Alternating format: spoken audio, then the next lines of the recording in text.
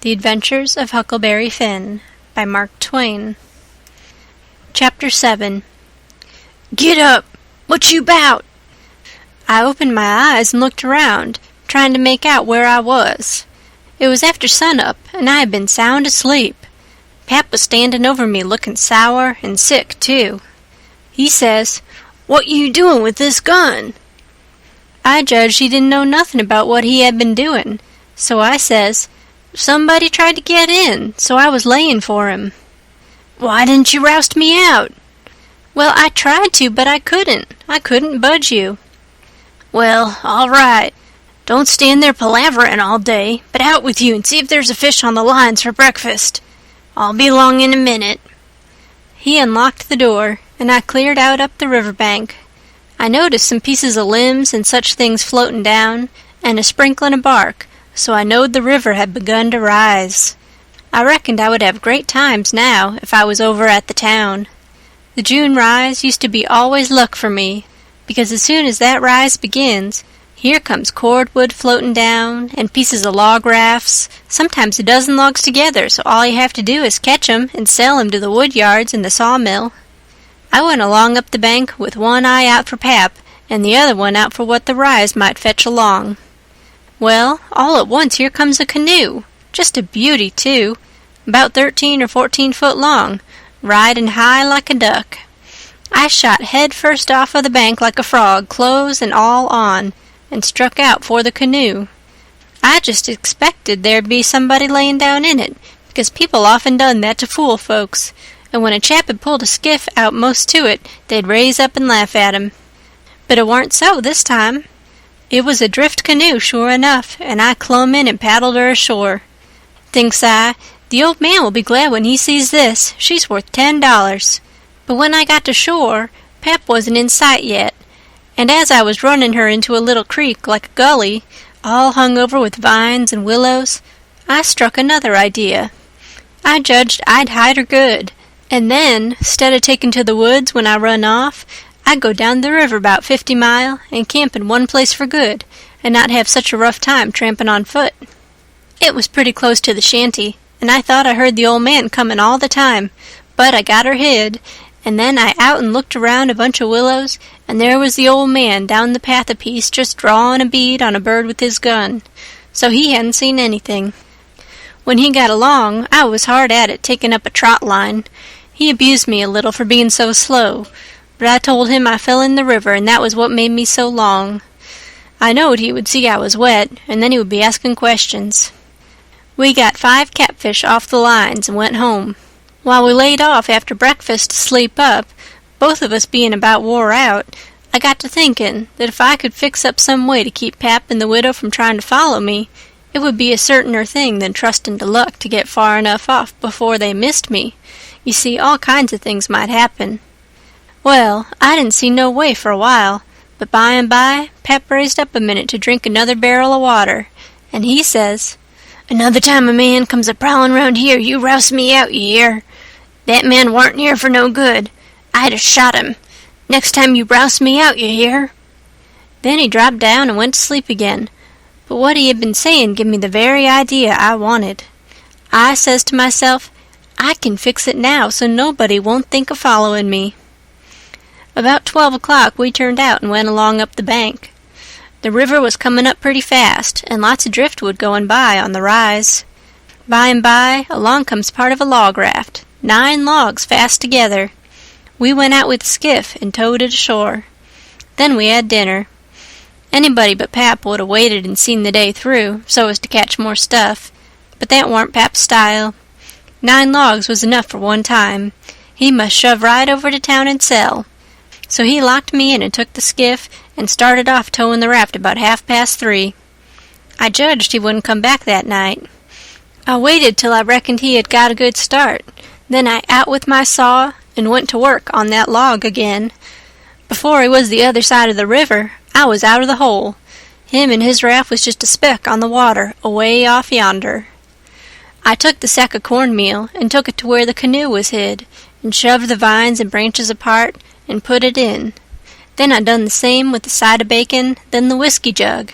I took all the coffee and sugar there was, and all the ammunition, I took the wadding, I took the bucket and gourd, I took a dipper and a tin cup, and my old saw and 2 blankets, and the skillet and the coffee pot.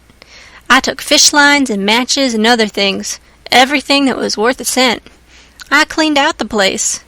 I wanted an axe, but there wasn't any, only the one out at the woodpile, and I knowed why I was going to leave that. I fetched out the gun, and now I was done. I had worn the ground a good deal crawling out of the hole and dragging out so many things, so I fixed that as good as I could from the outside by scattering dust on the place, which covered up the smoothness and the sawdust. Then I fixed a piece of log back into its place and put 2 rocks under it and one against it to hold it there, for it was bent up at that place and didn't quite touch ground. If you stood 4 or 5 foot away and didn't know it was sawed, you wouldn't never notice it. And besides, this was the back of the cabin, and it weren't likely anybody would go fooling around there. It was all grass clear to the canoe, so I hadn't left a track. I followed around to see. I stood on the bank and looked out over the river. All safe. So I took the gun and went up a piece into the woods and was hunting around for some birds when I see a wild pig. Hogs soon went wild in them bottoms after they had got away from the prairie farms. I shot this fellow and took him into camp. I took the axe and smashed in the door. I beat it and hacked it considerable a-doing it. I fetched the pig in and took him back nearly to the table and hacked into his throat with the axe and laid him down on the ground to bleed. I say ground because it was ground, hard-packed and no boards. Well, next I took an old sack and put a lot of big rocks in it, all I could drag, and I started it from the pig and dragged it to the door and through the woods down to the river and dumped it in, and down it sunk out of sight. You could easy see that something had been dragged over the ground. I did wish Tom Sawyer was there. I knowed he would take an interest in this kind of business and throw in the fancy touches. Nobody could spread himself like Tom Sawyer in such a thing as that. Well, last I pulled out some of my hair and blooded the axe good and stuck it on the backside and slung the axe in the corner. Then I took up the pig and held him to my breast with my jacket so he couldn't drip, till I got a good piece below the house, and then dumped him into the river. Now I thought of something else, so I went and got the bag of meal and my old saw out of the canoe and fetched them to the house. I took the bag to where it used to stand and ripped a hole in the bottom of it with the saw, for there weren't no knives and forks on the place. Pap done everything with his clasp knife about the cooking.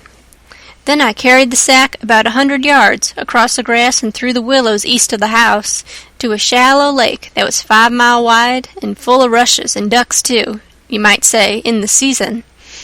There was a slough or a creek leading out of it on the other side that went miles away. I don't know where, but it didn't go to the river. The meal sifted out and made a little track all the way to the lake. I dropped Pap's whetstone there too, so as to look like it had been done by accident. Then I tied up the rip in the meal sack with a string so it wouldn't leak no more, and took it and my saw to the canoe again. It was about dark now, so I dropped the canoe down the river under some willows that hung over the bank, and waited for the moon to rise. I made fast to a willow. Then I took a bite to eat, and by laid down in the canoe to smoke a pipe and lay out a plan. I says to myself, they'll follow the track of that sack full of rocks to the shore and then drag the river for me, and they'll follow that meal track to the lake and go browsing down the creek that leads out of it to find the robbers that killed me and took the things. They won't ever hunt the river for anything but my dead carcass. They'll soon get tired of that and won't bother no more about me. All right, I can stop anywhere I want to. Jackson's Island is good enough for me. I know that island pretty well, and nobody ever comes there. And then I can paddle over to town nights and slink around and pick up things I want. Jackson's Island's the place. I was pretty tired, and the first thing I knowed I was asleep. When I woke up, I didn't know where I was for a minute. I sat up and looked around, a little scared. Then I remembered. The river looked miles and miles across. The moon was so bright I could have counted the drift logs that went a-slipping along, black and still, hundreds of yards out from shore. Everything was dead quiet, and it looked late and smelt late. You know what I mean. I don't know the words to put it in. I took a good gap and a stretch, and was just going to unhitch and start, when I heard a sound away over the water. I listened. Pretty soon I made it out. It was that dull, kind of irregular sound that comes from oars working in rowlocks when it's a still night. I peeped out through the willow branches, and there it was, a skiff away across the water. I couldn't tell how many was in it. It kept a-comin', and when it was abreast of me, I see there warn't but one man in it. Thinks I, maybe it's Pap, though I warn't expectin' him. He dropped below me with the current, and by he came a-swinging up shore in the easy water, and he went by so close I could have reached out the gun and touched him. Well, it was Pap, sure enough, and sober, too, by the way he laid his oars. I didn't lose no time. The next minute I was a-spinning downstream soft but quick in the shade of the bank. I made 2 miles and a half, and then struck out 1/4 of a mile or more towards the middle of the river, because pretty soon I'd be passing the ferry landing, and people might see me and hail me. I got out amongst the driftwood, and then laid down in the bottom of the canoe and let her float. I laid there and had a good rest and a smoke out of my pipe, looking away into the sky. Not a cloud in it. The sky looks ever so deep when you lay down on your back in the moonshine. I never knowed it before. And how far a body can hear on the water such nights. I heard people talking at the ferry landing. I heard what they said, too, every word of it. One man said it was getting towards the long days and the short nights now. The other one said this warn't one of the short ones, he reckoned. And then they laughed, and he said it over again, and they laughed again. Then they waked up another fella and told him, and laughed, but he didn't laugh. He ripped out something brisk and said let him alone. The first fellow said he allowed to tell it to his old woman. She would think it was pretty good. But he said that warn't nothing to some things he had said in his time. I heard one man say it was nearly 3 o'clock, and he hoped daylight wouldn't wait more than about a week longer. After that, the talk got further and further away, and I couldn't make out the words any more, but I could hear the mumble, and now and then a laugh, too, but it seemed a long ways off. I was away below the ferry now. I rose up, and there was Jackson's Island, about 2 miles and a half downstream, heavy-timbered and standing up out of the middle of the river, big and dark and solid, like a steamboat without any lights. There weren't any signs of the bar at the head. It was all under water now. It didn't take me long to get there. I shot past the head at a ripping rate. The current was so swift, and then I got into the dead water and landed on the side towards the Illinois shore. I run the canoe into a deep dent in the bank that I knowed about. I had to part the willow branches to get in, and when I made fast, nobody could have seen the canoe from the outside. I went up and sat down on a log at the head of the island and looked out on the big river and the black driftwood and away over to the town, 3 miles away, where there was 3 or 4 lights twinkling. A monstrous big lumber raft was about a mile upstream, coming along down with a lantern in the middle of it. I watched it come creeping down, and when it was most abreast of where I stood, I heard a man say, "Stern oars, there! Heave her head to starboard." I heard that just as plain as if the man was by my side. There was a little gray in the sky now, so I stepped into the woods and lay down for a nap before breakfast. End of Chapter 7. Chapter 8. The sun was up so high when I waked that I judged it was after 8 o'clock. I laid there in the grass in the cool shade, thinking about things, and feeling rested and rather comfortable and satisfied. I could see the sun out at 1 or 2 holes, but mostly it was big trees all about, and gloomy in there amongst them. There was freckled places on the ground where the light sifted down through the leaves, and the freckled places swapped about a little, showing there was a little breeze up there. A couple of squirrels sat on a limb and jabbered at me very friendly. I was powerful lazy and comfortable. Didn't want to get up and cook breakfast. Well, I was dozing off again when I thinks I hear a deep sound of boom away up the river. I rouses up and rests on my elbow and listens. Pretty soon I hears it again. I hopped up and went and looked out at a hole in the leaves, and I see a bunch of smoke layin' on the water a long ways up, about abreast the ferry. And there was the ferry boat, full of people floatin' along down. I knowed what was the matter now. Boom! I see the white smoke squirt out of the ferry boat's side. You see, they was firin' cannon over the water, trying to make my carcass come to the top. I was pretty hungry, but it warn't going to do for me to start a fire, because they might see the smoke. So I set there and watched the cannon smoke and listened to the boom. The river was a mile wide there, and it always looks pretty on a summer morning, so I was having a good enough time seeing them hunt for my remainders if I only had a bite to eat.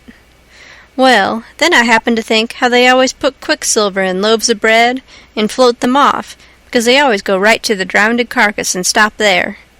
So, says I, I'll keep a lookout, and if any of them's floatin' around after me, I'll give them a show.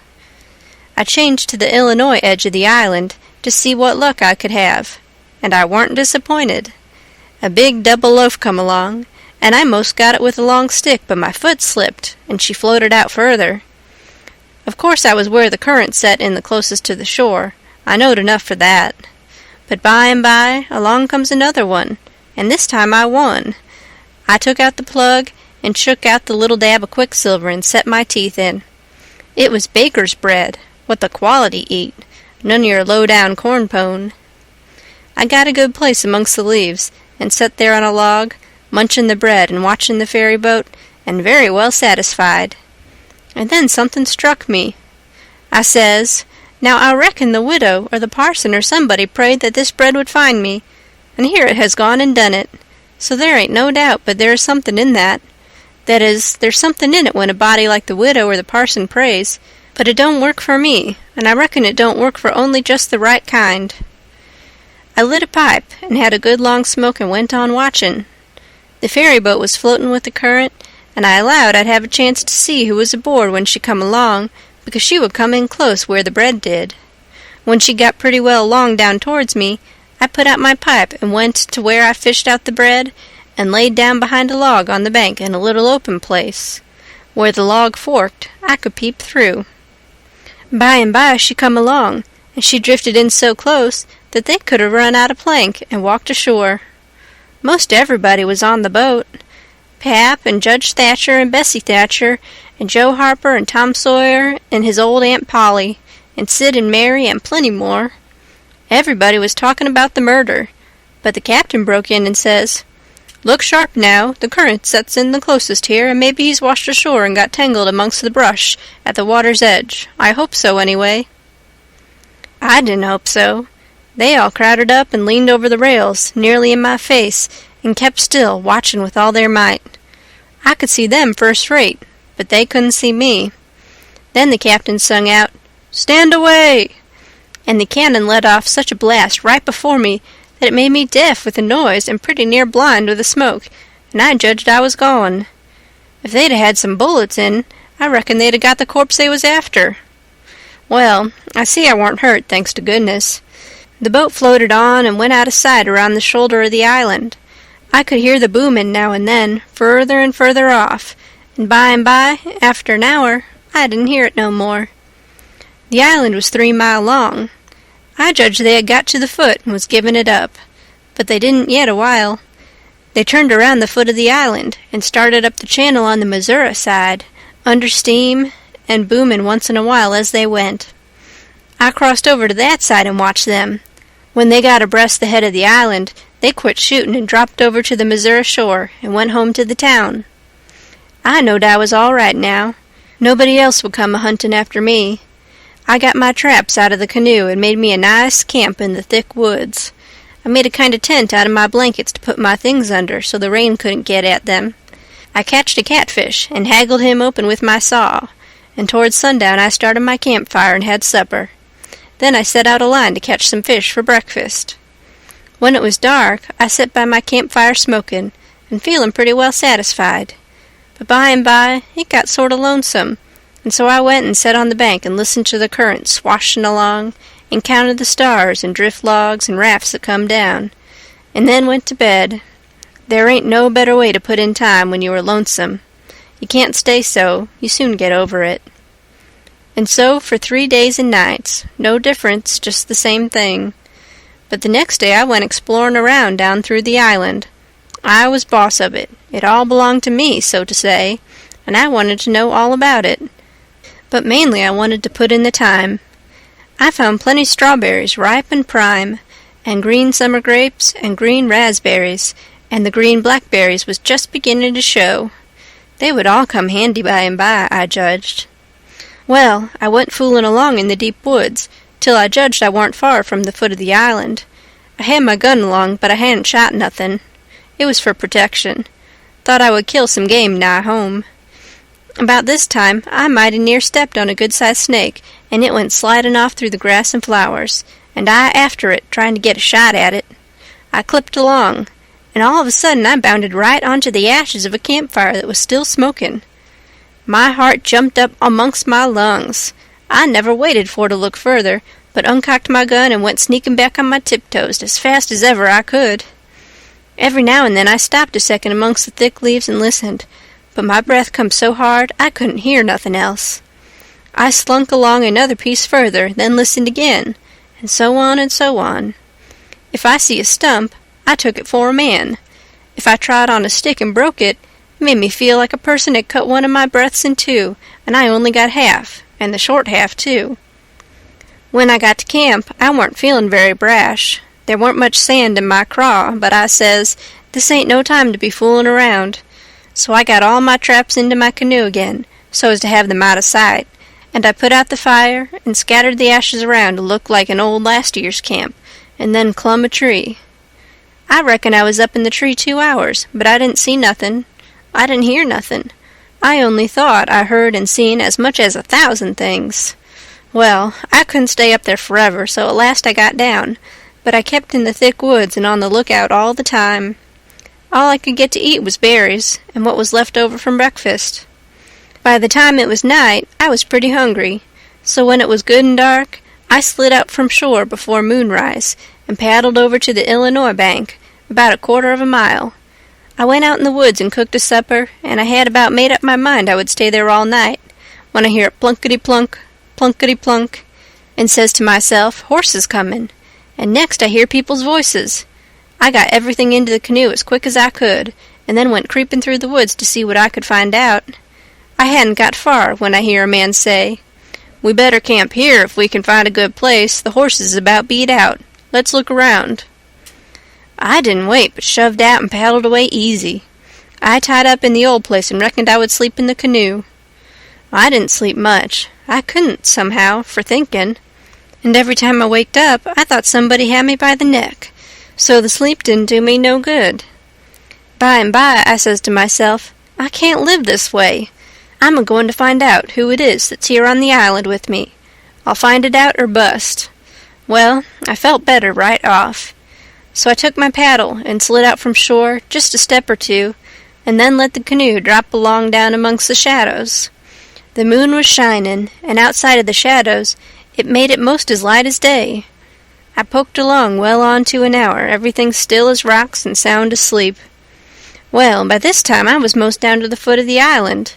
A little ripply, cool breeze begun to blow, and that was as good as sayin' the night was about done. I give her a turn with a paddle and brung her nose to shore. Then I got my gun and slipped out and into the edge of the woods. I sat down there on a log and looked out through the leaves. I see the moon go off watch, and the darkness begin to blanket the river. But in a little while I see a pale streak over the tree-tops, and knowed the day was comin'. So I took my gun and slipped off towards where I had run across that campfire, stopping every minute or two to listen.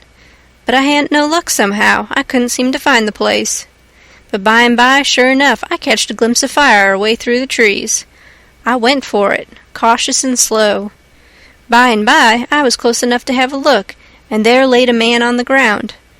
It most give me the fantods. He had a blanket round his head, and his hand was nearly in the fire. I sat there behind a clump of bushes in about 6 foot of him, and kept my eyes on him steady. It was getting gray daylight now. Pretty soon he gapped and stretched himself and hove off the blanket, and it was Miss Watson's Jim. I bet I was glad to see him. I says, "Hello, Jim," and skipped out. He bounced up and stared at me wild. Then he drops down on his knees and puts his hand together and says, "Don't hurt me, don't. I ain't never done no harm to a ghost. I always liked dead people, and done all I could for 'em. You go and get in the river again what you belongs, and don't do nothing to old Jim, that was always your friend." Well, I warn't long making him understand I warn't dead. I was ever so glad to see Jim. I warn't lonesome now. I told him I warn't afraid of him telling the people where I was. I talked along, but he only set there and looked at me, never said nothing. Then I says, "It's good daylight, let's get breakfast. Make up your campfire good." "What's the use of making up the campfire to cook strawberries on sich truck? But you got a gun, hain't you? Then we can get something better than strawberries."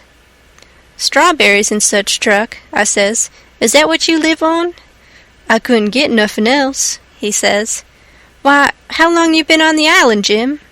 "I come here the night after you's killed." "What, all that time?" "Yes, indeedy." "And you hain't had nothing but that kind of rubbish to eat?" "No, sah, nothing else." "Well, you must be most starved, ain't you?" "I reckon I could eat a hoss. I think I could." "How long you been on the island?"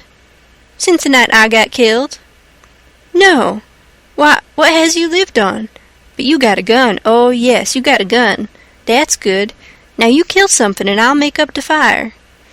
So we went over to where the canoe was, and while he built a fire in a grassy open place amongst the trees, I fetched meal and bacon and coffee pot and frying pan and sugar and tin cups, and the nigger was set back considerable, because he reckoned it was all done with witchcraft. I catched a good big catfish, too, and Jim cleaned him with his knife and fried him. When breakfast was ready, we lolled on the grass and eat it smoking hot. Jim laid it in with all his might, for he was most about starved. Then when he had got pretty well stuffed, we laid off and lazied. By and by, Jim says, "But looky here, Huck, who was it that was killed in that shanty if it warn't you?" Then I told him the whole thing, and he said it was smart. He said Tom Sawyer couldn't get up no better plan than what I had. Then I says, "How do you come to be here, Jim, and how'd you get here?" He looked pretty uneasy and didn't say nothing for a minute. Then he says, "Maybe I better not tell." "Why, Jim?" "Well, they's reasons. But you wouldn't tell on me if I was to tell you, would you, Huck?" "Blamed if I would, Jim." "Well, I believe you, Huck. I run off." "Jim!" "But mind, you said you wouldn't tell. You know you said you wouldn't tell, Huck." "Well, I did. I said I wouldn't, and I'll stick to it. Honest Injun, I will. People would call me a low-down abolitionist and despise me for keeping mum, but that don't make no difference. I ain't a-going to tell, and I ain't a-going back there anyways, so now let's know all about it." "Well, you see, it was this way. Ol' Missus, that's Miss Watson, she pecks on me all the time and treats me pooty rough, and she always says she wouldn't sell me down to Orleans. But I noticed they was a nigger trader round the place considerable lately, and I begin to get uneasy. Well, one night I creeps to the door pooty late, and it don't want quite shut, and I hear ol' Missus tell the widder she gwine to sell me to Orleans, but she didn't want to, but she could get $800 for me, and it is such a big stack of money she couldn't resist. The widder, she tried to get her to say she wouldn't do it, but I never waited to hear the rest. I lit out mighty quick, I tell you. I tuck out and shin down the hill and spect to steal a skift along the show somewheres above the town, but they was people a-stirrin' yet, so I hid in the old tumble-down copper shop on the bank to wait for everybody to go away. Well, I was there all night. They was somebody round all the time. Long about 6 in the morning, skiffs begun to go by, and about 8 or 9, every skiff that went along was talking about how yo' pap come over to town and says you's killed. These last skiffs was full of ladies and gentlemen a-going over for to see the place. Sometimes they'd pull up at the shore and take a rest before they started across.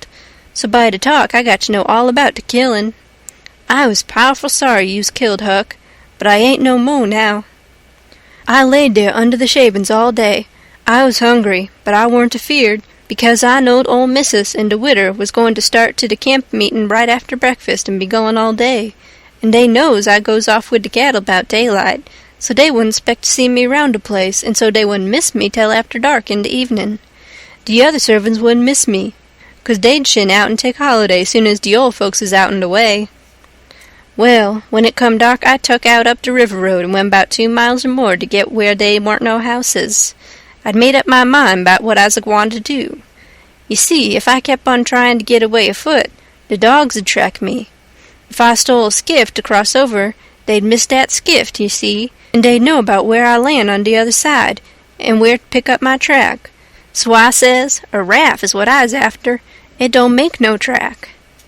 I see a light a-comin' round the point by, so I wade in and shove a log ahead of me and swum more'n halfway across the river and got in 'mongst the driftwood and kept my head down low and kinder swum against the current till the raft come along. Then I swum to the stern of it and tuck a holt.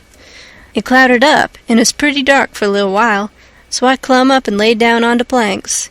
The men is all way yonder in the middle, where the lantern was. The river was a-risin', and they was a good current, so I reckoned that by 4 in the morning I'd be 25 mile down the river, and then I'd slip in just before daylight and swim ashore and take to the woods on the Illinois side. But I didn't have no luck. When we was most down to the head of the island, a man began to come aft with the lantern. I see it weren't no use for to wait, so I slid overboard and struck out for the island. Well, I had a notion I could land most anywheres, but I couldn't. Bank too bluff. I was most to the foot of the island before I found a good place. I went into the woods and jagged I wouldn't fool with rafts no more, long as they moved their lantern round so. I had my pipe and a plugger dog leg and some matches in my cap, and they warn't wet, so I was all right. And so you ain't had no meat nor bread to eat all this time? Why didn't you get mud turkles? How you going to get 'em? You can't slip up on 'em and grab 'em, and how's a body going to hit 'em with a rock? How could a body do it in the night? And I warn't going to show myself on the bank in daytime. Well, that's so. You've had to keep in the woods all the time, of course. Did you hear 'em shooting the cannon? Oh, yes, I knowed they was arter you. I see 'em go by here, watched 'em through the bushes. Some young birds come along, flying a yard or two at a time, and lightin'. Jim said it was a sign it was going to rain. He said it was a sign when young chickens flew that way, and so he reckoned it was the same way when young birds done it. I was going to catch some of them, but Jim wouldn't let me. He said it was death. He said his father laid mighty sick once, and some of them catched a bird, and his old granny said his father would die, and he did. And Jim said you mustn't count the things you are going to cook for dinner, because that would bring bad luck. The same if you shook the tablecloth after sundown.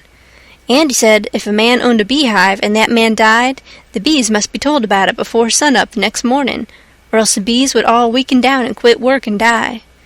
Jim said bees wouldn't sting idiots, but I didn't believe that because I had tried them lots of times myself, and they wouldn't sting me. I had heard about some of these things before, but not all of them. Jim knowed all kinds of signs. He said he knowed most everything. I said it looked to me like all the signs was about bad luck, so I asked him if there weren't any good luck signs. He says, mighty few, and they ain't no use to a body. What you want to know when good luck's a-comin' for? Want to keep it off? And he said, if you's got hairy arms and a hairy breast, it's a sign that you's a-gwine to be rich. Well, they's some use in a sign like that, 'cause it's so fur ahead. You see, maybe you's got to be po a long time first, and so you might get discouraged and kill yourself if you didn't know by the sign that you gwine to be rich by and by. Have you got hairy arms and a hairy breast, Jim? What's the use to ask that question? Don't you see I has? Well, are you rich? No, but I been rich once, and I gwine to be rich again. Once I had $14, but I took to speculating and got busted out. What did you speculate in, Jim? Well, first I tackled stock. What kind of stock? Why, livestock, cattle, you know. I put $10 in a cow, but I ain't gwine to risk no more money in stock. The cow up and died on my hands. So you lost the $10. No, I didn't lose it all. I only lost about 9 of it. I sold a hide and taller for $1.10. You had $1.10 left. Did you speculate any more? Yes, you know that one-legged nigger that belongs to old Mr. Bradish? Well, he set up a bank and said anybody that put in $1 would get $4 more at the end of the year. Well, all the niggers went in, but they didn't have much. I was the only one to have much. So I stuck out for more'n $4, and I said if I didn't get it, I'd start a bank myself. Well, of course dat nigger want to keep me out of the business because he says there warn't business enough for 2 banks. So he said I could put in my $5, and he pay me $35 at the end of the year. So I done it. Then I reckon I'd invest the $35 right off and keep things a-movin'.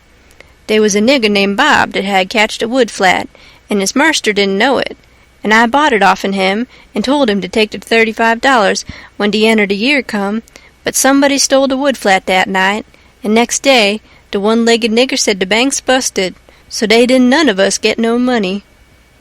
What did you do with the 10 cents, Jim? Well, I was going to spend it, but I had a dream, and the dream told me to give it to a nigger named Balaam. Balaam's ass, they call him for short. He's one of them chuckleheads, you know, but he's lucky, they say, and I see I warn't lucky. The dream says let Balaam invest the 10 cents, and he'd make a raise for me.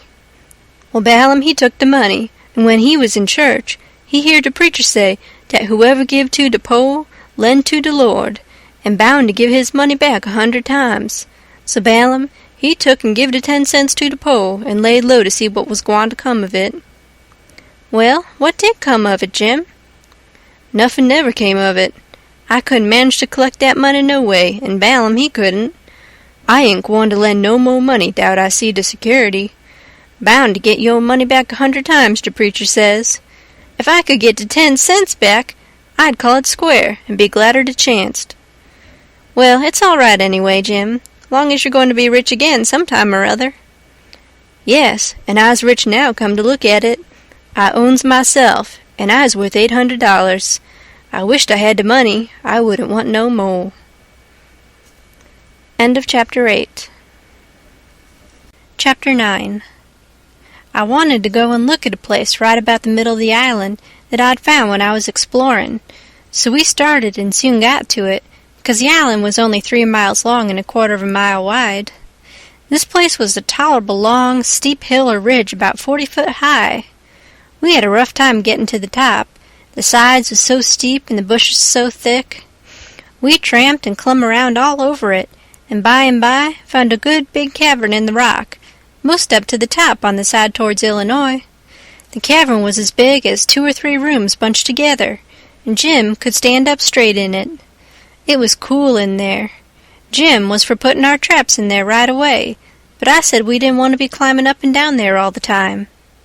Jim said if we had the canoe hid in a good place and had all the traps in the cavern, we could rush there if anybody was to come to the island, and they would never find us without dogs. And besides, he said them little birds had said it was going to rain, and did I want the things to get wet? So we went back and got the canoe and paddled up abreast the cavern and lugged all the traps up there. Then we hunted up a place close by to hide the canoe in, amongst the thick willows. We took some fish off of the lines and set them again, and begun to get ready for dinner. The door of the cavern was big enough to roll a hogshead in, and on one side of the door the floor stuck out a little bit and was flat and a good place to build a fire on. So we built it there and cooked dinner. We spread the blankets inside for a carpet and eat our dinner in there. We put all the other things handy at the back of the cavern. Pretty soon it darkened up and begun to thunder and lighten, so the birds was right about it. Directly it begun to rain, and it falled like all fury, too, and I never seen the wind blow so. It was one of these regular summer storms. It would get so dark that it looked all blue-black outside, and lovely, and the rain would thrash along by so thick that the trees off a little ways looked dim and spider-webby, and here would come a blast of wind that would bend the trees down and turn up the pale underside of the leaves, and then a perfect ripper of a gust would follow along and set the branches to tossing their arms as if they was just wild. And next, when it was just about the bluest and blackest, psst, it was as bright as glory, and you'd have a little glimpse of tree-tops a-plungin' about, away off yonder in the storm, hundreds of yards further than you could see before. Dark as sin again in a second, and now you'd hear the thunder let go with an awful crash, and then go rumblin', grumblin', tumblin' down the sky towards the underside of the world, like rollin' empty barrels downstairs, where it's long stairs, and they bounce a good deal, you know. "Jim, this is nice," I says. I wouldn't want to be nowhere else but here.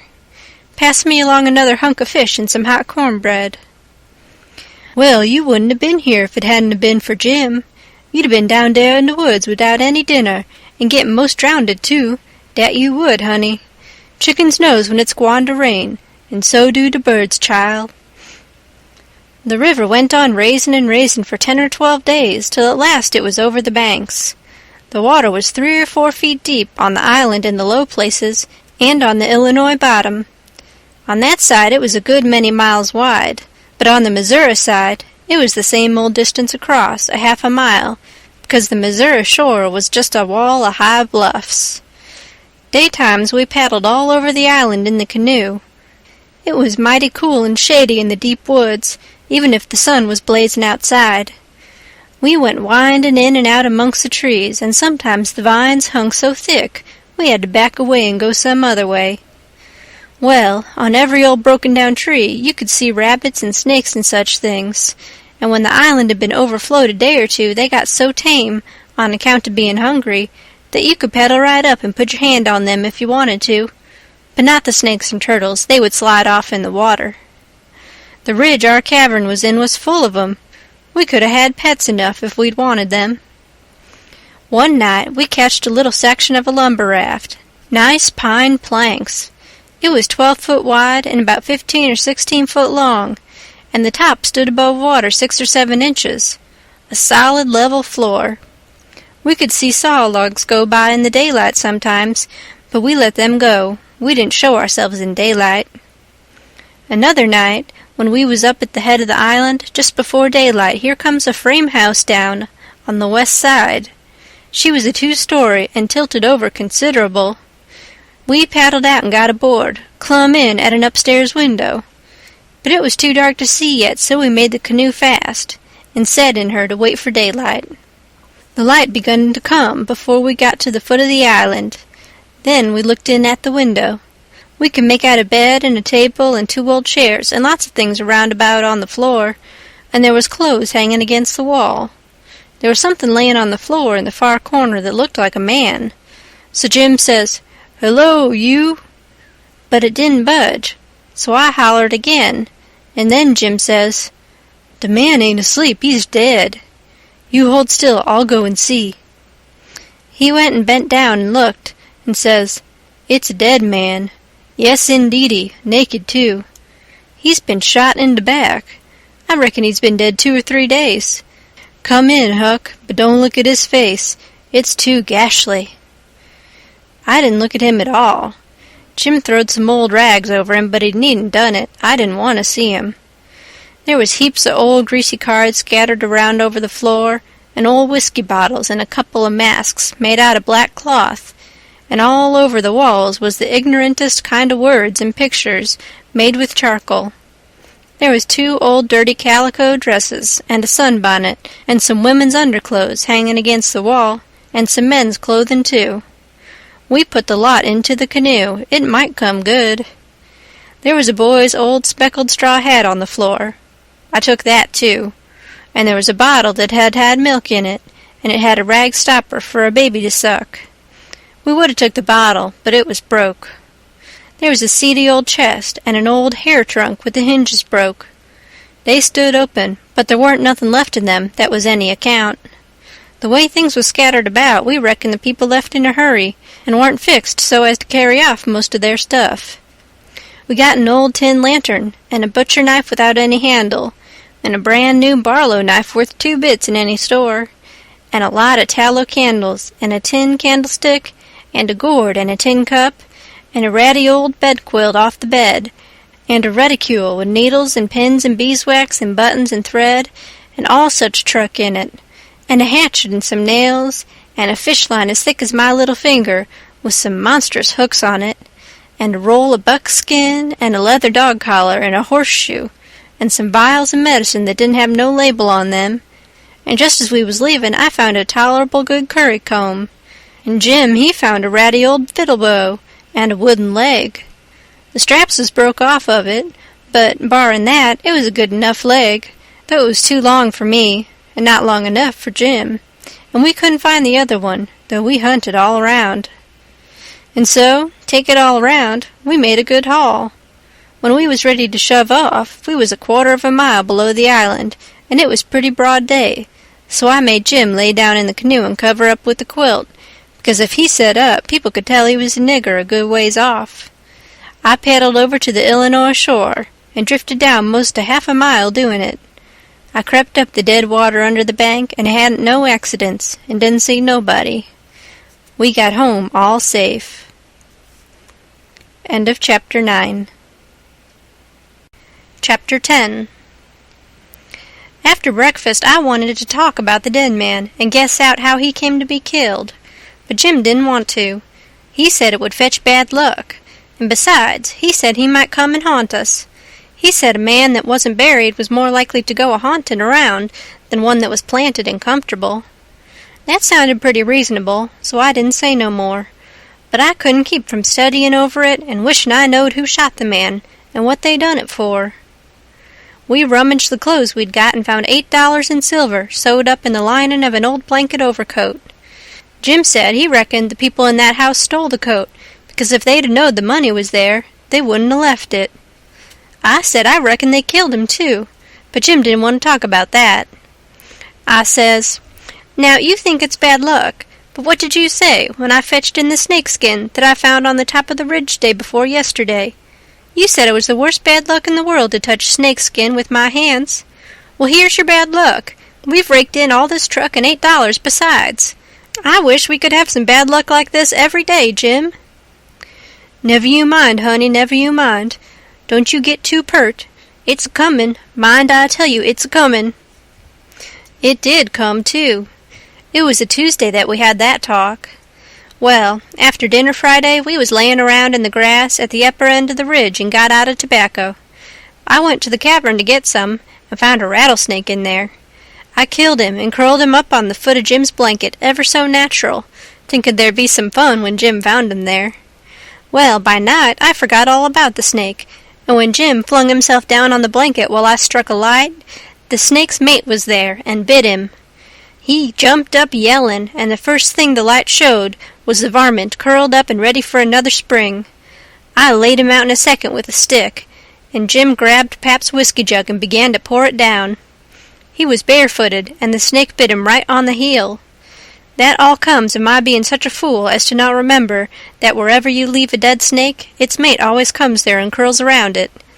Jim told me to chop off the snake's head and throw it away, and then skin the body and roast a piece of it.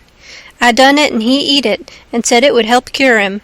He made me take off the rattles and tie them around his wrist, too. He said that would help.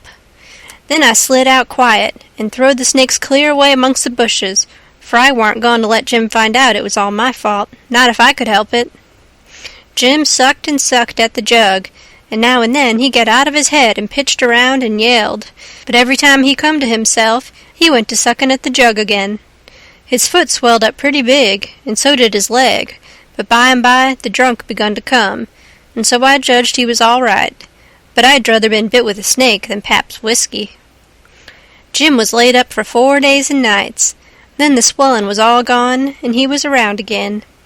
I made up my mind I wouldn't ever take a holt of a snakeskin again with my hands, now that I see what had come of it. Jim said he reckoned I would believe him next time, and he said that handling a snakeskin was such awful bad luck that maybe we hadn't got to the end of it yet. He said he'd rather see the new moon over his left shoulder as much as 1,000 times than take up a snakeskin in his hand. Well, I was getting to feel that way myself, though I've always reckoned that looking at the new moon over your left shoulder is one of the carelessest and foolishest things a body can do. Old Hank Bunker done it once and bragged about it, and in less than 2 years he got drunk and fell off of the shot tower and spread himself out so that he was just a kind of layer, as you may say, and they slid him edgeways between 2 barn doors for a coffin, and buried him so they say, but I didn't see it. Pap told me. But anyway, it all come of looking at the moon that way, like a fool. Well, the days went along and the river went down between its banks again, and about the first thing we done was to bait one of the big hooks with a skinned rabbit, and set it and catch a catfish that was as big as a man, being 6 foot 2 inches long, and weighed over 200 pounds. We couldn't handle him, of course. He would have flung us into Illinois. We just sat there and watched him rip and tear around till he drownded. We found a brass button in his stomach, and a round ball, and lots of rubbage. We split the ball open with the hatchet, and there was a spool in it. Jim said he'd had it there a long time to coat it over so and make a ball of it. It was as big a fish as was ever catched in the Mississippi, I reckon. Jim said he hadn't ever seen a bigger one. He would have been worth a good deal over at the village. They peddle out such a fish as that by the pound in the market-house there. Everybody buys some of him. His meat's as white as snow and makes a good fry. Next morning I said it was getting slow and dull, and I wanted to get a stirring up some way. I said I reckoned I would slip over the river and find out what was going on. Jim liked that notion, but he said I must go in the dark and look sharp.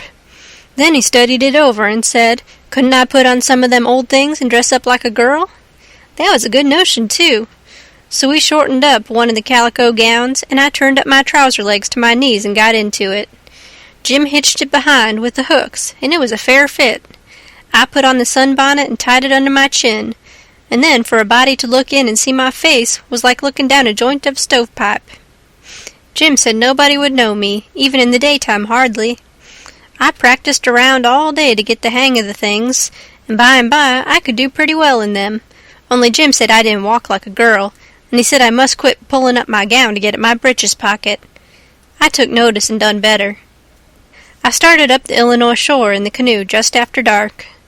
I started across to the town from a little below the ferry landing, and the drift of the current fetched me in at the bottom of the town. I tied up and started along the bank. There was a light burning in a little shanty that hadn't been lived in for a long time, and I wondered who had took up quarters there. I slipped up and peeped in at the window. There was a woman, about 40-year-old, in there, knitting by a candle that was on a pine table. I didn't know her face. She was a stranger, for you couldn't start a face in that town that I didn't know. Now, this was lucky, because I was weakening. I was getting afraid I had come. People might know my voice and find me out. But if this woman had been in such a little town 2 days, she could tell me all I wanted to know. So I knocked at the door, and made up my mind I wouldn't forget I was a girl. End of Chapter 10. Chapter 11. "Come in," says the woman, and I did. She says, "Take a cheer." I done it. She looked me all over with her little shiny eyes, and says, "What might your name be?" "Sarah Williams." "Whereabouts do you live, in this neighborhood?" "No'm, in Hookerville, 7 mile below. I've walked all the way, and I'm all tired out." "Hungry, too, I reckon. I'll find you something."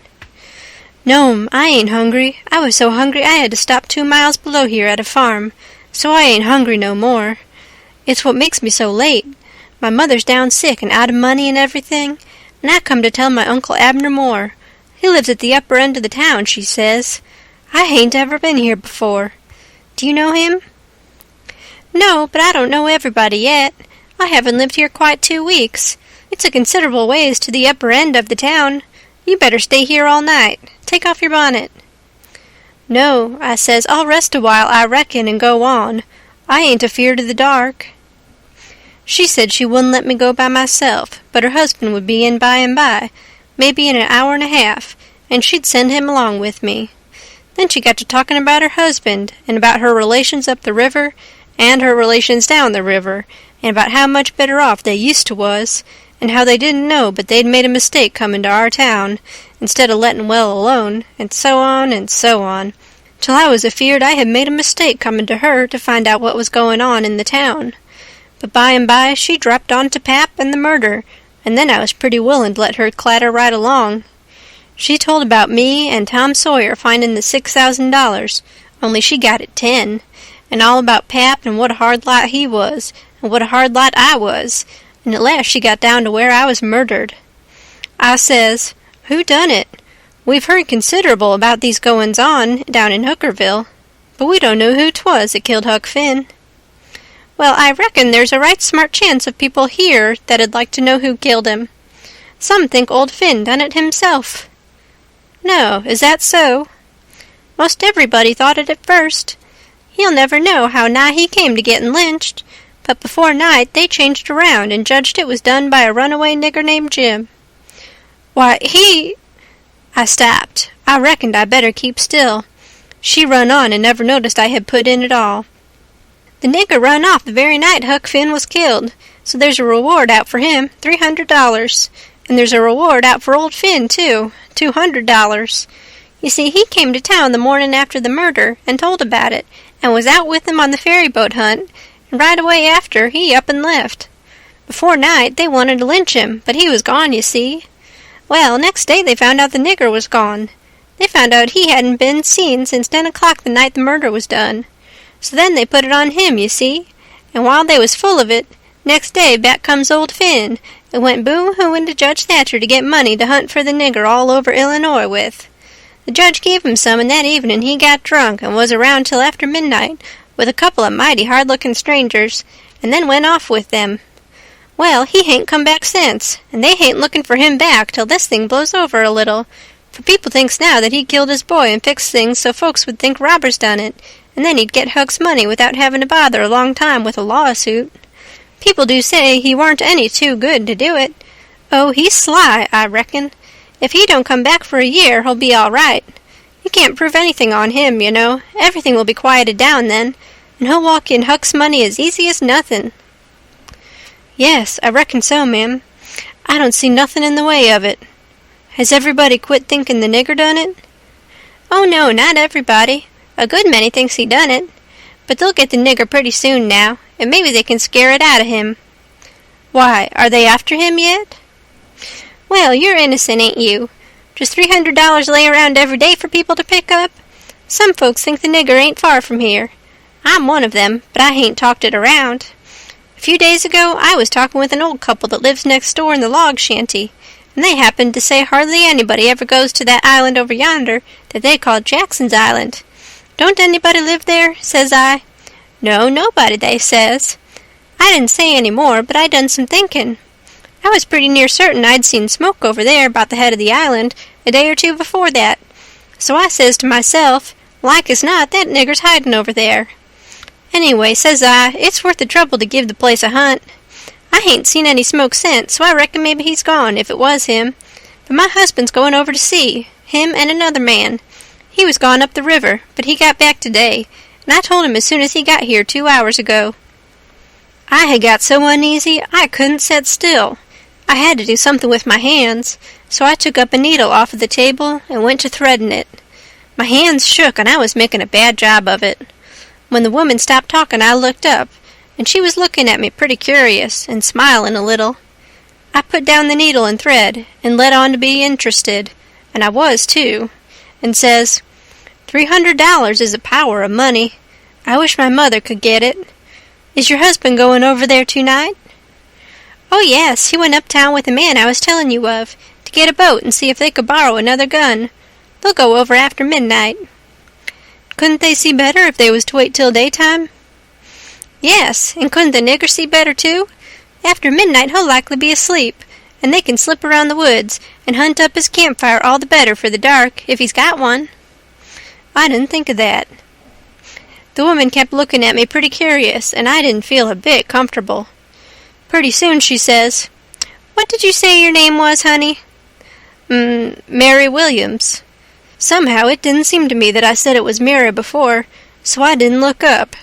Seemed to me I said it was Sarah, so I felt sort of concerned, and was afeard maybe I was looking it too.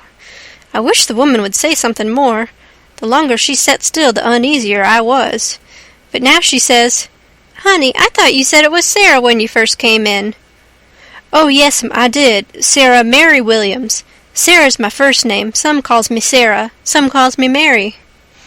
Oh, that's the way of it? Yes'm. I was feeling better then, but I wished I was out of there anyway. I couldn't look up yet. Well, the woman fell to talking about how hard times was, and how poor they had to live, and how the rats was as free as if they owned the place, and so forth and so on, and then I got easy again. She was right about the rats. You'd see one stick his nose out of a hole in the corner every little while. She said she had to have things handy to throw at them when she was alone, or they wouldn't give her no peace.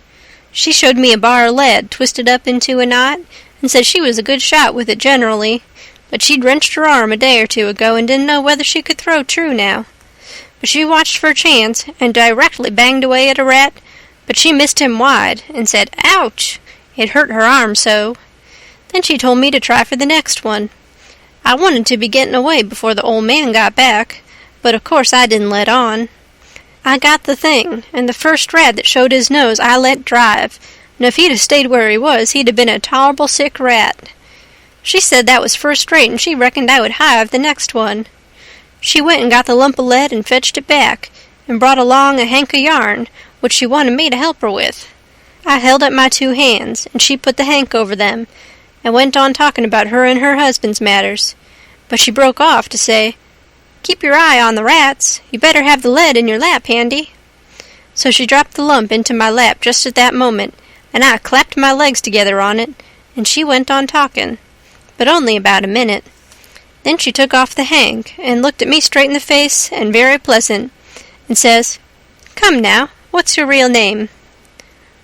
What, Mum? What's your real name? Is it Bill, or Tom, or Bob, or what is it? I reckon I shook like a leaf, and I didn't know hardly what to do. But I says, "Please don't poke fun at a poor girl like me, Mum. If I'm in the way here, I'll—" "No, you won't. Sit down and stay where you are. I ain't going to hurt you, and I ain't going to tell on you, nuther. You just tell me your secret and trust me. I'll keep it, and what's more, I'll help you. So will my old man if you want him to. You see, there's a runaway prentice, that's all. It ain't nothing. There ain't no harm in it. You've been treated bad, and you made up your mind to cut. Bless you, child, I wouldn't tell on you. Tell me all about it now. That's a good boy." So I said it wouldn't be no use to try to play it any longer, and I would just make a clean breast and tell her everything, but she mustn't go back on her promise. Then I told her my father and mother was dead, and the law had bound me out to a mean old farmer in the country, 30 mile back from the river, and he treated me so bad I couldn't stand it no longer. He went away to be gone a couple of days, so I took my chance and stole some of his daughter's old clothes and cleared out, and I had been 3 nights coming the 30 miles. I traveled nights and hid daytimes and slept, and the bag of bread and meat I carried from home lasted me all the way, and I had a plenty. I said I believed my Uncle Abner Moore would take care of me, and so that was why I struck out for this town of Goshen. "Goshen, child? This ain't Goshen. This is St. Petersburg. Goshen's 10 mile further up the river. Who told you this was Goshen?" "Why, I met a man at daybreak this morning, just as I was going to turn into the woods for my regular sleep. He told me when the roads forked I must take the right hand, and 5 mile would fetch me to Goshen." "He was drunk, I reckon. He told you just exactly wrong." "Well, he did act like he was drunk, but it ain't no matter now. I got to be moving along. I'll fetch Goshen before daylight." "Hold on a minute. I'll put you up a snack to eat. You might want it." So she put me up a snack and says, "Say, when a cow's layin' down, which end of her gets up first? Answer up prompt now, don't stop to study over it. Which end gets up first?" "The hind end, Mum." "Well then, a horse?" "The forward end, Mum." "Which side of a tree does the moss grow on?" "North side." "If 15 cows is browsing on a hillside, how many of them eats with their heads pointing in the same direction?" "The whole 15, Mum." "Well, I reckon you have lived in the country. I thought maybe you was trying to hocus me again. What's your real name, now?" "George Peters, Mum." "Well, try to remember it, George. Don't forget and tell me it's Alexander before you go, and then get out by saying it's George Alexander when I catch you. And don't go about women in that old calico. You do a girl tolerable poor, but you might fool men, maybe." "Bless you, child. When you set out to thread a needle, don't hold the thread still and fetch the needle up to it. Hold the needle still and poke the thread at it. That's the way a woman most always does it, but a man always does it the other way. When you throw at a rat or anything, hit yourself up a tiptoe, and fetch your hand up over your head as awkward as you can, and miss your rat about 6 or 7 foot. Throw stiff-armed from the shoulder, like there was a pivot there for it to turn on, like a girl, not from the wrist and elbow with your arm out to one side like a boy. And mind you, when a girl tries to catch anything in her lap, she throws her knees apart. She don't clap them together, the way you did when you catched the lump of lead. Why, I spotted you for a boy when you was threading the needle, and I contrived the other things just to make certain. Now, trot along to your uncle, Sarah Mary Williams George Alexander Peters, and if you get into trouble, you send word to Mrs. Judith Loftus, which is me, and I'll do what I can to get you out of it. Keep the river road all the way, and next time you tramp, take shoes and socks with you. The river road's a rocky one, and your feet'll be in a condition when you get to Goshen, I reckon." I went up the bank about 50 yards, and then I doubled on my tracks and slipped back to where my canoe was, a good piece below the house. I jumped in and was off in a hurry.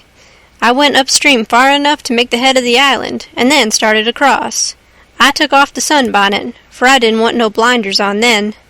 When I was about the middle, I heard the clock begin to strike, so I stops and listens. The sound come faint over the water, but clear.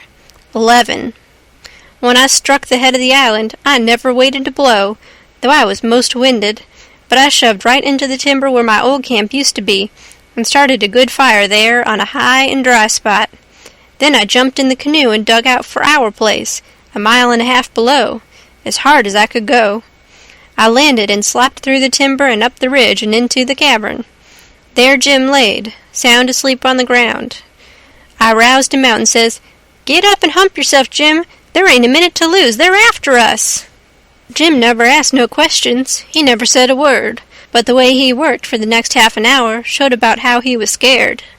By that time everything we had in the world was on our raft, and she was ready to be shoved out from the willow cove where she was hid. We put out the campfire at the cavern the first thing, and didn't show a candle outside after that. I took the canoe out from the shore a little piece, and took a look, but if there was a boat around I couldn't see it, for stars and shadows ain't good to see by. Then we got out the raft and slipped along down in the shade, past the foot of the island, dead still, never saying a word. End of Chapter 11. Chapter 12. It must have been close on to 1 o'clock when we got below the island at last, and the raft did seem to go mighty slow. If a boat was to come along, we was going to take to the canoe and break for the Illinois shore, and it was well a boat didn't come, for we hadn't ever thought to put the gun in the canoe or a fishing line or anything to eat. We was in brother too much of a sweat to think of so many things. It warn't good judgment to put everything on the raft. If the men went to the island, I just expect they found the campfire I built and watched it all night for Jim to come. Anyways, they stayed away from us, and if my building the fire never fooled them, it warn't no fault of mine. I played it as low down on them as I could. When the first streak of day began to show, we tied up to a towhead in a big bend on the Illinois side, and hacked off cottonwood branches with the hatchet, and covered up the raft with them, so she looked like there had been a cave-in the bank there. A towhead is a sandbar that has cottonwoods on it as thick as harrow teeth. We had mountains on the Missouri shore and heavy timber on the Illinois side, and the channel was down the Missouri shore at that place, so we weren't afraid of anybody running across us. We laid there all day and watched the rafts and steamboats spin down the Missouri shore, and upbound steamboats fight the big river in the middle. I told Jim all about the time I had jabbering with that woman, and Jim said she was a smart one, and if she was to start after us herself, she wouldn't sit down and watch a campfire. No, sir, she'd fetch a dog. Well, then, I said, why couldn't she tell her husband to fetch a dog? Jim said he bet she did think of it by the time the men was ready to start, and he believed they must have gone uptown to get a dog, and so they lost all that time, or else we wouldn't be here on a towhead, 16 or 17 mile below the village. No, indeedy, we would be in that same old town again. So I said I didn't care what the reason was, they didn't get us, as long as they didn't get us.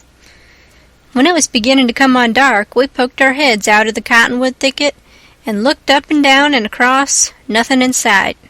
So Jim took up some of the top planks of the raft, and built a snug wigwam to get under in blazing weather and rainy, and to keep the things dry.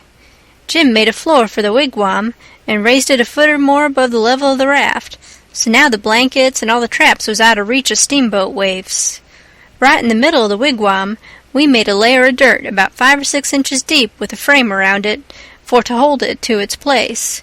This was to build a fire on in sloppy weather or chilly. The wigwam would keep it from being seen. We made an extra steering oar, too, because one of the others might get broke on a snag or something.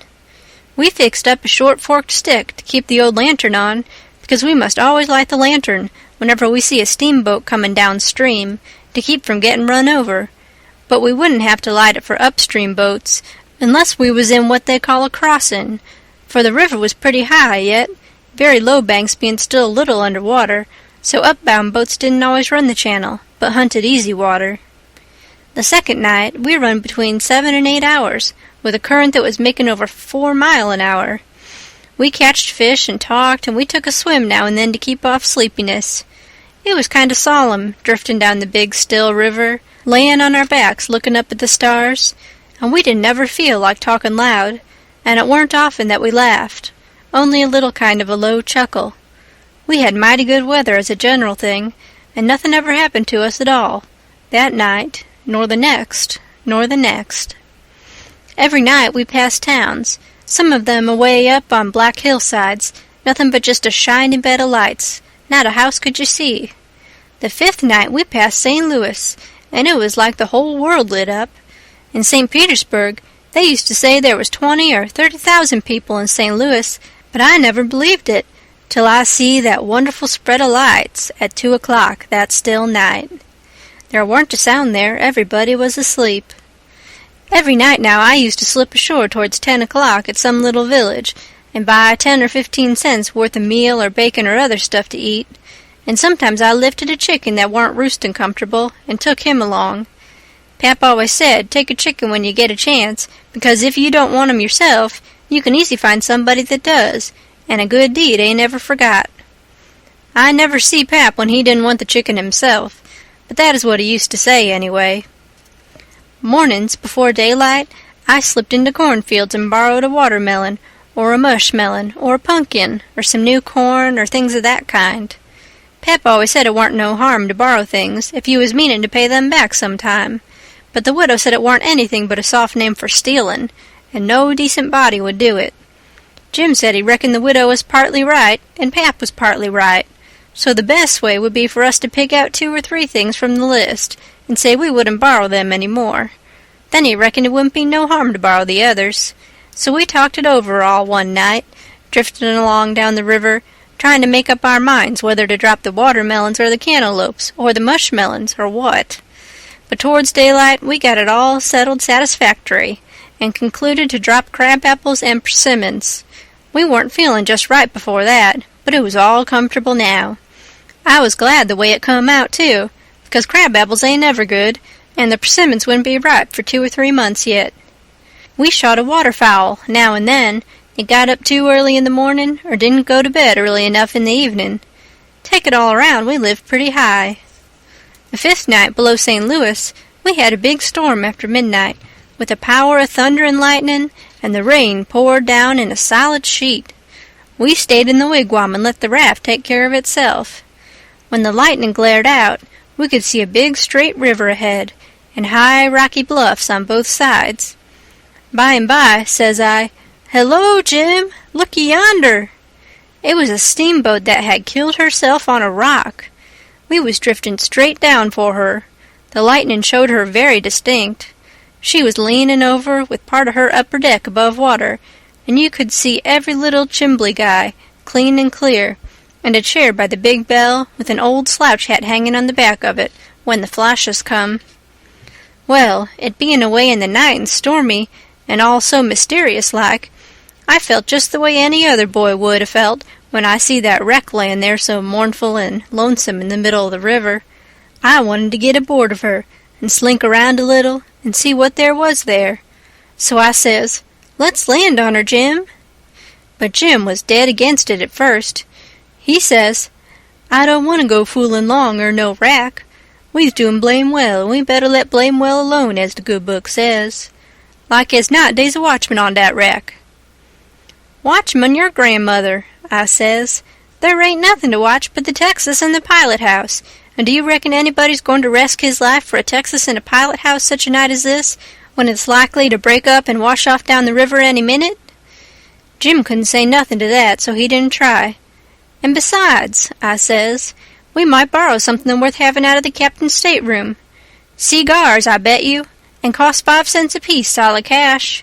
Steamboat captains is always rich and get $60 a month, and they don't care a cent of what a thing costs, you know, long as they want it. Stick a candle in your pocket. I can't rest, Jim, till we give her a rummagin'. Do you reckon Tom Sawyer would ever go by this thing? Not for pie, he wouldn't. He'd call it an adventure. That's what he'd call it, and he'd land on that wreck if it was his last act. And wouldn't he throw style into it? Wouldn't he spread himself nor nothing? Why, you'd think it was Christopher Columbus, discovering Kingdom Come. I wish Tom Sawyer was here. Jim, he grumbled a little, but give in. He said we mustn't talk any more than we could help, and then talk mighty low. The lightning showed us the wreck again just in time, and we fetched the starboard derrick and made fast there. The deck was high out here. We went sneaking down the slope of it to the larboard, in the dark towards the Texas, feeling our way slow with our feet and spreading our hands out to fend off the guys, for it was so dark we couldn't see no sign of them. Pretty soon we struck the forward end of the skylight and clumb onto it, and the next step fetched us in front of the captain's door, which was open, and by Jiminy, away down through the Texas Hall we see a light, and all in the same second we seemed to hear low voices in yonder. Jim whispered and said he was feeling powerful sick, and told me to come along. I says all right, and was going to start for the raft, but just then I heard a voice wail out and say, "Oh, please don't, boys. I swear I won't ever tell." Another voice said pretty loud, "It's a lie, Jim Turner. You've acted this way before. You always want more'n your share of the truck, and you've always got it too, because you've swore if you didn't you'd tell. But this time you've said it just one time too many. You're the meanest, treacherousest hound in this country." By this time Jim was gone for the raft. I was just a-bilin' with curiosity, and I says to myself, Tom Sawyer wouldn't back out now, and so I won't either. I'm a-goin' to see what's going on here. So I dropped on my hands and knees in the little passage, and crept aft in the dark till there warn't but one stateroom betwixt me and the cross hall of the Texas. Then in there I see a man stretched on the floor and tied hand and foot, and two men standing over him, and one of them had a dim lantern in his hand, and the other one had a pistol. This one kept pointing the pistol at the man's head on the floor, and saying, "I'd like to, and I order to, a mean skunk." The man on the floor would shrivel up and say, "Oh, please don't, Bill, I hain't ever going to tell." And every time he said that, the man with the lantern would laugh and say, "'Deed you ain't. You never said no truer thing than that, you bet you." And once he said, "Hear him beg. And yet, if we hadn't got the best of him and tied him, he'd have killed us both. And what for? Just for nothing. Just because we stood on our rights. That's what for. But I lay you ain't a-going to threaten nobody any more, Jim Turner. Put up that pistol, Bill." Bill says, "I don't want to, Jake Packard. I'm for killing him. And didn't he kill old Hatfield just the same way? And don't he deserve it?" "But I don't want him killed, and I've got my reasons for it." "Bless your heart for them words, Jake Packard. I'll never forget you long's I live," says the man on the floor, sort of blubbering. Packard didn't take no notice of that, but hung up his lantern on a nail, and started towards where I was there in the dark, and motioned Bill to come. I crawfished as fast as I could about 2 yards, but the boat slanted so that I couldn't make very good time. So to keep from getting run over and catched, I crawled into a stateroom on the upper side. The man came a-pawing along in the dark, and when Packard got to my stateroom, he says, "Here, come in here." And then he come, and Bill after him, but before they got in, I was up in the upper berth, cornered, and sorry I come. Then they stood there with their hands on the ledge of the berth and talked. I couldn't see them, but I could tell where they was by the whiskey they'd been having. I was glad I didn't drink whiskey, but it wouldn't made much difference anyway, because most of the time they couldn't have treated me because I didn't breathe. I was too scared, and besides, a body couldn't breathe and hear such talk. They talked low and earnest. Bill wanted to kill Turner. He says, "He said he'll tell, and he will. If we was to give both our shares to him now, it wouldn't make no difference after the row and the way we've served him. Sure's you're born, I'll turn state evidence. Now you hear me, I'm for putting him out of his troubles." "So am I," says Packard, very quiet. "Blame it, I'd sort of begun to think you wasn't. Well then, that's all right. Let's go and do it." "Hold on a minute, I hain't had my say yet. You listen to me. Shooting's good, but there's quieter ways if the thing has got to be done. But what I say is this. It ain't good sense to go courting around after a halter if you can get at what you're up to in some way that's just as good, and at the same time don't bring you into no risks. Ain't that so? You bet it is, but how you going to manage it this time? Well, my idea is this. We'll rustle around and gather up whatever pickings we've overlooked in the staterooms and shove for shore and hide the truck. Then we'll wait. Now, I say it ain't a-going to be more'n 2 hours before this rack breaks up and washes off down the river. See, he'll be drownded and won't have nobody to blame for it but his own self. I reckon that's a considerable sight better'n killing of him. I'm unfavorable to killing a man as long as you can get around it. It ain't good sense. It ain't good morals. Ain't I right? Yes, I reckon you are. But suppose she don't break up and wash off? Well, we can wait the 2 hours anyway and see, can't we? All right then, come along. So they started, and I lit out all in a cold sweat and scrambled forward. It was dark as pitch there, but I said in a kind of a hoarse whisper, "Jim!" And he answered up right at my elbow with a sort of a moan. And I says, "Quick, Jim, it ain't no time for fooling around and moaning. There's a gang of murderers in yonder, and if we don't hunt up their boat and send her drifting down the river so these fellows can't get away from the wreck, there's one of 'em going to be in a bad fix. But if we find their boat, we can put all of 'em in a bad fix, for the sheriff'll get 'em. Quick, hurry. I'll hunt the larboard side. You hunt the starboard. You start at the raft and... Oh, my lordy, lordy, raft? They ain't no raft no mo'.